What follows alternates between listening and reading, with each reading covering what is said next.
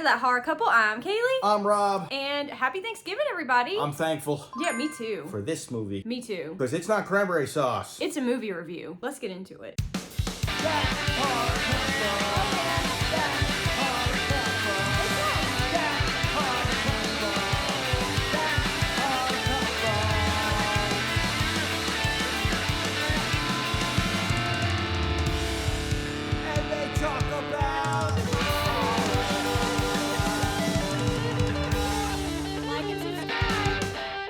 A boy kills a man and accuses his twin brother of the murder, and the innocent brother ends up institutionalized while his psychotic twin goes free. 10 years later, the innocent twin escapes, which triggers his brother into killing again. Directed by John Grissmer, starring Louise Lasser, Mark Soper, and Julie Gordon. As far as likes of the film, There's so much I like about this film. Yes, there is a lot. This is really a great slasher film. Off the top of my head, I think one of the things that stands out to me is the kills. I love the kills. Right away at the opening drive-in scene, we see like gory, like special effects. Yeah, super very gore. good. Reminds me sort of along the style of like a Tom Savini burning Yes, of kill. For the early 80s when this was filmed, it came out in 87, but I think it was filmed in like 83. And if you notice like the clothes and all that, it's very early 80s. It looks early 80s, not late 80s. The chick's You're right. hair is very like early 80s rocker chick. We get some good satisfying kills slasher style on this one. We do. I really love the opening scene that's at like a drive-in 80s slasher-esque type opening. I really love the opening of this movie, and it's very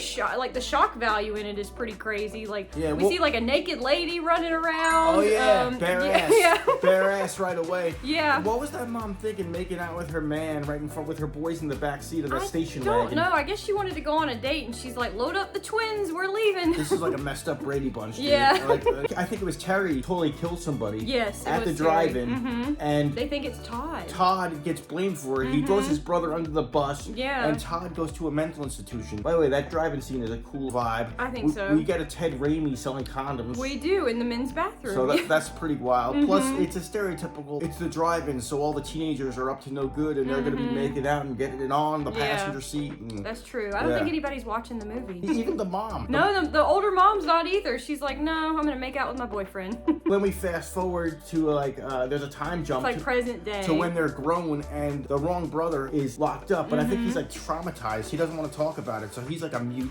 And the killer, Terry, is actually the evil twin. Yeah, he's actually out and about, which is he is. I love this concept. Like I do too. Slasher films have been done over and over again, but I never seen this like twin element with the slashers. Yeah, I think that's really cool. I think Mark Soper did an amazing job playing the brothers too. Oh, dude, yeah, it was one actor playing both, and that's very apparent when you see them at the end with the fight scene. That fight scene is so like a guy with a wig fighting somebody, dude. Especially with it's still entertaining. Especially with the new release, you see like the HD and like the 4K or whatever it is. You can tell it's a wig, and it's like they edited it so well though, where it's a good fight scene. I also like the mother. I thought the mother played Louise Lasser. Yeah, Louise Lasser, who I thought she gave a great performance. I think at the time she was like known for other stuff, but yeah, she was known for she was a TV star at the time. Mary Hartman. It was a TV show back then that she was on. She was out of her element doing like this little low budget 80s slasher. It felt like a low budget film. Yes. I got a Norman Bates psycho vibe from her. Yeah, she's weird with her kids. No, like the whole mother thing with Norman. That's very Terry and his mother. Yeah. Especially when she's like on the floor eating turkey and like she's just getting drunk on wine, like eating out of the fridge. Dude, she's also on the phone like, listen, operator. Yeah. Listen. Like, yeah. Isn't she vacuuming at like random she's like manic too? Cleaning and eating turkey and Thanksgiving food like out of the floor. Well, another thing I really enjoy about this is like the setting of the movie takes place all in an apartment complex, and I think the setting works perfectly for the story they have going, and it makes you feel very isolated within the movie because it's like there's nowhere to run really but try to hide in someone else's apartment while Terry's coming after you. Well, I totally agree with you, and I think the location was very well used. Just like Friday the 13th used the woods, or like Halloween used the suburban street. I feel like they used the apartment complex very well. They like, did. Just like the film Intruder was at a grocery store, and they found all these creative ways to make people die and where they were going to kill them. I feel like they used the apartment complex very well hotel, whether it be at the pool, or whether it be the gym, Yeah. or whether it be the office. One of the girls' apartments too, where they're playing video games and like drinking. Yeah, but the manager's office, we get like lots of kills. Shetty to the face. Yes. We get that hand kill. That's yeah, like, his hand gets chopped with off, the and beer can. yeah, he's still holding the beer. There's also the decapitation scene where we see it's just a head dangling. Yeah. So it's so many cool practical effects. It's wild the stuff we come across. There's some funny scenes because like the bad acting you get certain early 80s films, this is part of that too. And you know, me personally, I love that stuff. I do too. I love when a film's not perfect and it's kind of raw. It's more fun and like the story's enough to pull you in. There's one scene of like Todd, he just breaks down when his mom visits him and he throws pumpkin pie against the wall. Yeah. Dude, that scene is great and like it's so like there's no point to it, but it's over exaggerated. I think it's awesome. I love that scene too. I'm like, the poor pie.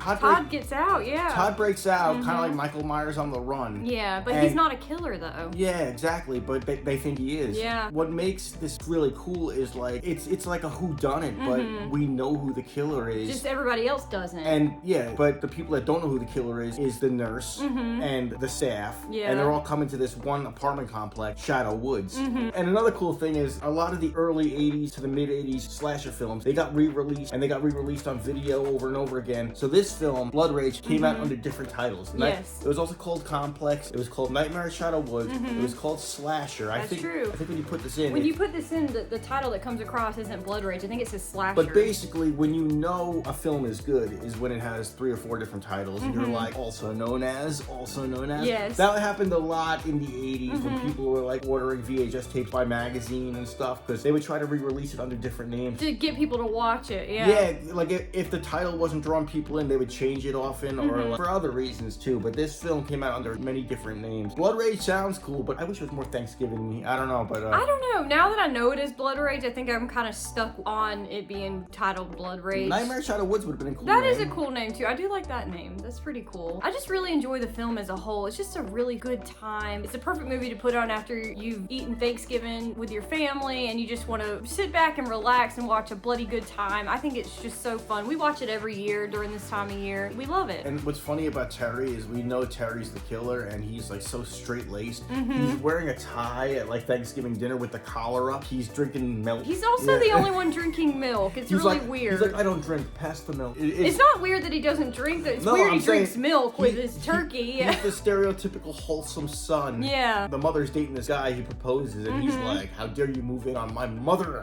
So like, there's that Norman Bates like that's aspect. what I that you're said talking before. about. Yeah, that is really weird. The relationship she has with him is so strange in this movie. And even toward the end, spoiler alert for those of you who haven't seen it, crazy twist. She still doesn't believe that Todd is innocent. She thinks Terry is innocent, and it's just really sad. Should we tell the ending? Yeah, go ahead. There's a crazy fight scene by the pool. Same actor fighting himself somehow. They must have got a stand-in to do it. But the mother finally comes in, shoots Terry, the killer. So as a viewer, we're thinking, oh good, the killer's gone. It's just her and the innocent son now. They can live happily ever after. And she calls the innocent son Terry. And she's like, it's just you and me now, Terry. And he's like, I'm Todd. Dude, so she meant to kill Todd. She still doesn't believe him. A little bit of a downer ending, but you know, Todd gets away and so does the pretty girlfriend of Terry, so that's nice. Yeah. How about when Todd and the pretty nurse ran into each other? He's like, I never kissed a girl. Yeah. And, didn't she? That was kind of cute. Yeah, she's like, I want to make love to you tonight. That was Terry's like college girlfriend or whatever. Yeah, and he's like, oh. I don't know. I liked her too. I liked all the actors in this movie. It is a really cool location, like we said. I feel like I'm just hanging out at a complex watching stuff go down. Blood Rage is a good time, dude. It's a good time. We definitely recommend it if you guys haven't seen it to check it out, especially during this time of year. A lot of the horror community love this line. Yes, it's not cranberry sauce. I see that everywhere. Everybody loves that. A lot of people love this movie, yeah. Because he says it multiple times. It's not cranberry sauce. When it's blood, when he kills somebody and it's all bloody, he's like, it's not cranberry sauce. Yeah. It's cheesy, but it works. So it's so bad, it's good. I think so. It's good. I love it, yeah. I would have to give this like a 7.5 out of 10. I really enjoy this movie a lot. I think it's great. I'm with you. I think I'm going to give it 7.5. Okay. Let's have the same score. Yeah. Let's agree for the holidays. Yeah, we agree. We're thankful that we agree. I'm going to say that line after sex. Yeah. It's not cranberry sauce. Please don't do that. Make sure you guys are commenting down below. Let us know your thoughts. Do you enjoy Blood Rage? Do you not? We want to know all of your opinions. Please leave them down below. Make sure you're liking, commenting, sharing, and subscribing. If you hit the bell, you'll be notified when we drop all of our new horror movie reviews, horror movie trailer breakdowns, Walking Dead recap show reviews, that sort of thing. If you're into that, make sure you're subscribing. The music's also really cool. Oh yeah, I enjoy the music too. 80s. It's really, yeah, it's catchy. I really like it. We also have a Spread Shop t-shirt store, so if you're interested in that, definitely check it out. It has a couple of logos on t-shirts, hats, mugs. So if you're looking for a special gift for that horror couple fan for the holidays, make sure you check it out because we have some cool stuff on there. They make a great gift. Yeah, they do. And you will get laid if you buy your significant other some of our merch. That's true. Plus, this movie came out on a good release. I would recommend the Arrow release because I had this on other releases, but the special features alone are worth buying. Oh, it's like a huge paragraph worth of special features. Yeah, you find a bunch of behind-the-scenes stories, interviews with the cast, all this stuff I didn't know about the making of it. Certain scenes were improv. It's like stuff I didn't know. Pick this up. I would say click the affiliate link, but I don't think we do that. No, we don't have that, and we've had this for years. Damn. All right, well, I will get nothing from you buying this. Yeah, but just check it out. Once again, I'm Kaylee. I'm Rob. And we hope you guys have a wonderful Thanksgiving and a happy holidays, and we will see you guys soon. Peace.